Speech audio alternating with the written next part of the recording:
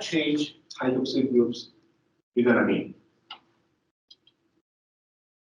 So how to change hydroxyl groups with an amine is something that now you have to think about it. But you can also figure out, does it add any carbons to that? Each question have to answer a different way. But if you think about this one, if you think about it's 1, 2, 3, 4, 5, 6 carbons here, 1, 2, 3, 4, 5, 6, and we got 7 carbon.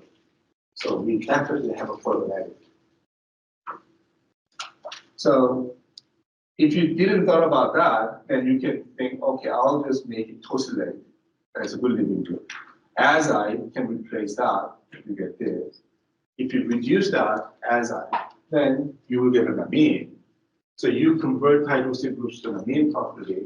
But the problem is, this has the same carbon numbers as you studied it, which has a 1 carbon short for the product that you have to make. So you really like to see. And so, but the thing is, if you recognize that, it's easy to see that, this methyl CH2 NH2 can come from reducing nitrogen. Right? So instead of azide, you make the SN2 reactions. You can use a cyanide to make these SN2 reactions, and then later you reduce that, and you can have this. So that can be reduction can be done in many ways. Lithium aluminum hydride is one way to do. You can do the hydrogenation. But in order to make this one, isn't easy. You just do the same tosylate, treat it with a sodium cyanide, and you will get the essential reactions. Cyanide comes with a carbon. That's why the 6 carbon material becomes a 7 carbon material. The cyanide comes with a carbon. Somehow, if you don't want to use a tosylate, that's fine. You can use alkyl, like a PCl3, PBl3, or if you want to use a chlorine, there's thionyl chloride will do the job to make a conversion of the hydroxyl groups to the halogen, chlorine, bromine. So, you don't have to use a tosyl chloride.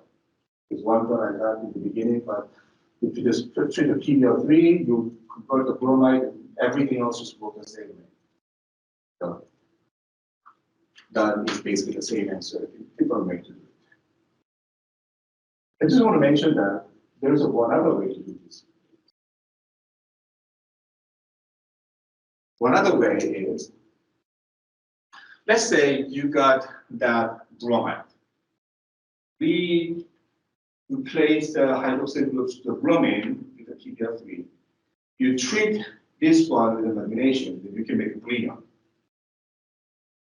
What you can do with a Grignard, you've been using Grignard with a carbonyl containing materials like aldehyde, ketones, ester, acid, chloride, all sorts of things. But if you think about it, you can get it done by something like this, imine. Imine is a sort of like a nitrogen version of an aldehyde, right? That carbon is bound with nitrogen double bond. I mean, oxygen will make it more efficient, but imine also have this carbon that is efficient because nitrogen's electron is a higher negativity than carbon. So if you treat an imine with a Grignard, Grignard will make an attack just like you will attack the carbonyl of the acid, aldehyde. The same way. Then this makes an attack there, and the electron pairs go. So we're adding more carbon, and this becomes NH2 there. So the question is where the imine is coming from. That comes from aldehyde and amine. Of course, this is a 200 there, so this is formaldehyde. And then in order to make that, we have to use ammonia.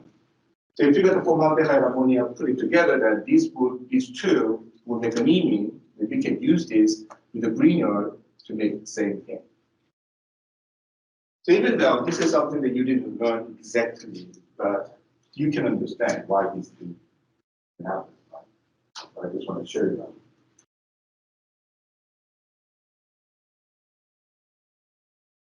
Any questions?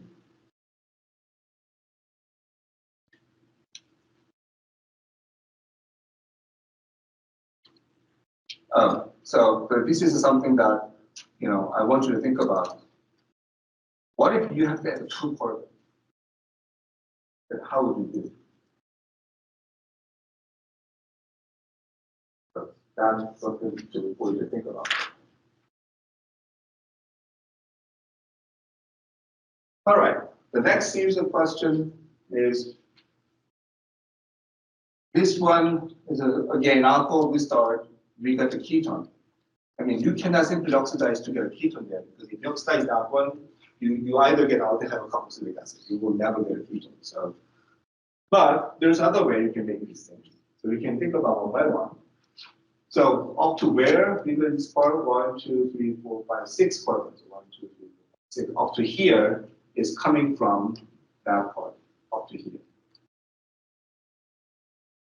But we have a ketone.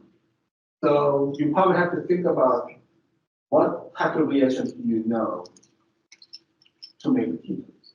Right? We talked about several things.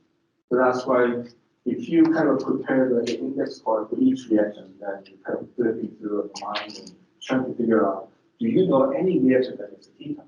And then what parts do you need? Can I make that part from here? So you're trying to put the pieces together. So that is kind of the things I'm suggesting you should do. Well, the ketone can be prepared in many different ways. So this is not just one answer there. I can think about several answers for that. So let's talk about one by one. One, you've been learning that the dialkyl can make a ketone with an acid chloride, right? Dialkyl, that's a nucleophilic, but not too nucleophilic to convert the ketone further. This will react replacing the chlorine of the acid chloride and then make a ketone.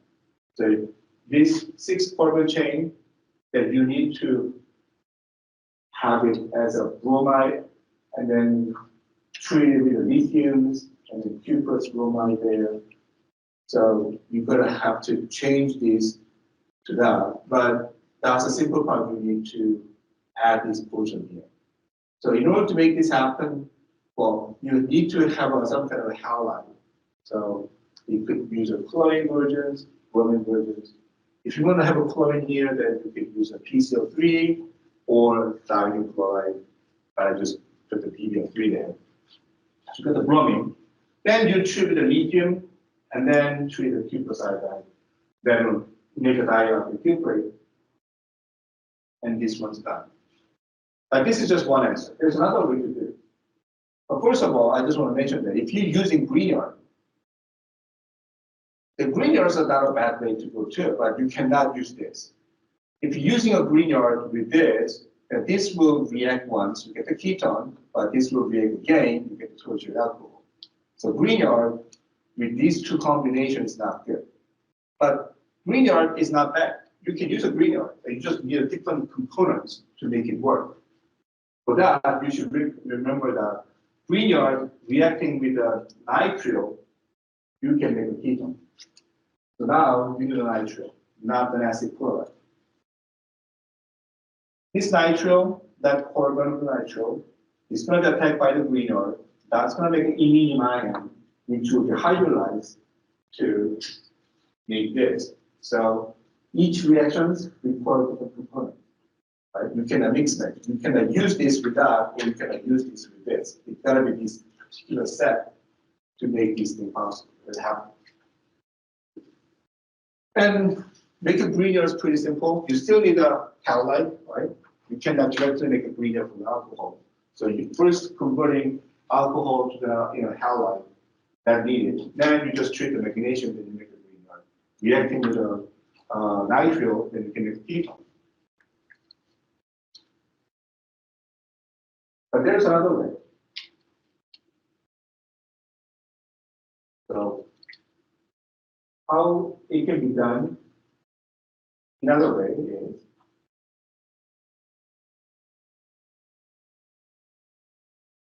this is something that we're going to start talking about next chapters, but I just want to share a little bit of what's coming up. That carbon nucleophile is called enolate. That enolate there, basically we are using this part. that part. But instead of making this part a nucleophile, we're making this part a nucleophile and that part becomes electrophile. So this leads to the negative charge there. I mean, we're going to talk about how we're going to make that. But that is a stabilized, and then but that carbon nucleophile makes it work to this anti-halide, and you get an SN2 reaction. This is just nothing but SN2 reactions. So we are creating this bond instead of that bond. That is a stabilized. So that is basically how we're going to talk. I mean, how we prepare that is from this is what we're going to talk about next chapters. So I'm talking a little bit already here, but that thing is basically converting these to the bromide here. But we are using nucleophilic carbon they can attack, so we can sample that in different way. So that will be something that you'll be able to do once you go to the reaction in the next chapter. There could be another way too. Obviously, there's so many different ways. But I'm not going to talk about everything. For instance, you could have this reacting with acetaldehyde. Then this will make a reaction that you're going to get a primary alcohol. And primary alcohol always get oxidized to ketones. So that is another way I'm going to put it here. So there's so many different reactions can be used to make the same synthetic form. So I want you to think about some other possibilities. That will make you remind many reactions that we could discuss, many reactions that we can discuss.